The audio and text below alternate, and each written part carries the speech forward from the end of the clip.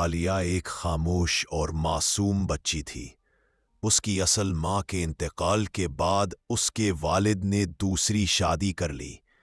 اس کی سوتیلی ماں کا نام سدرا تھا۔ بظاہر وہ نرم لہجے میں بات کرتی، مگر اس کے دل میں عالیہ کے لیے نفرت پل رہی تھی۔ اسے لگتا تھا کہ عالیہ اس کی خوشیوں کے بیچ ایک رکاوٹ ہے۔ وقت کے ساتھ سدرا کا رویہ بدلتا گیا۔ وہ عالیہ کو معمولی باتوں پر ڈانٹتی، اکیلا چھوڑ دیتی اور اکثر کہتی، کاش تم کبھی پیدا ہی نہ ہوتی۔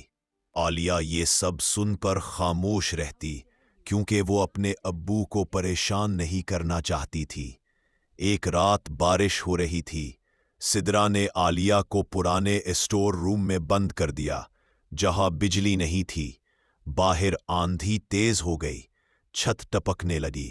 عالیہ ڈر کے مارے چیختی رہی، مگر کسی نے دروازہ نہ کھولا۔ کمزور دل اور خوف کے باعث وہ وہیں بے ہوش ہو گئی اور پھر دوبارہ آنکھ نہ کھول سکی۔ اگلی صبح سدرا نے سب کو بتایا کہ عالیہ رات کو بیمار تھی اور نیند میں ہی مر گئی۔ کسی نے شک نہ کیا۔ عالیہ کو خاموشی سے دفنا دیا گیا۔ دفن کے تیسرے دن سدرا نے پہلی بار عجیب آواز سنی۔ رات کے سناٹے میں کسی بچے کی سرگوشی گونجی۔ امی، میں اندھیرے میں ڈر گئی تھی۔ سدرا گھبرا کر اٹھی، مگر کمرہ خالی تھا۔ اگلی رات باورچی خانے میں برتن خود بخود گرنے لگے۔ دیوار پر ایک ننھے ہاتھ کا گیلا نشان بنا۔ سدرا کا دل زور زور سے دھڑکنے لگا۔ پھر اس نے دیکھا، آئینے میں عالیہ کھڑی تھی۔ وہی سفید کپڑے، آنکھوں میں اداسی اور آواز میں لرزش۔ آپ نے دروازہ کیوں بند کیا تھا؟ سدرا چیخنے لگی، مگر آواز حلق میں اٹک گئی۔ جو تھی رات، سدرا نے محسوس کیا کہ وہ اکیلی نہیں ہے۔ ٹھنڈی ہوا چلنے لگی، کمرے کی لائٹ بجھ گئی اور بستر کے پاس عالیہ کھڑی تھی۔ مگر اب وہ معصوم نہیں لگ رہی تھی۔ اس کی آنکھوں میں سوال نہیں، صرف سچ تھا۔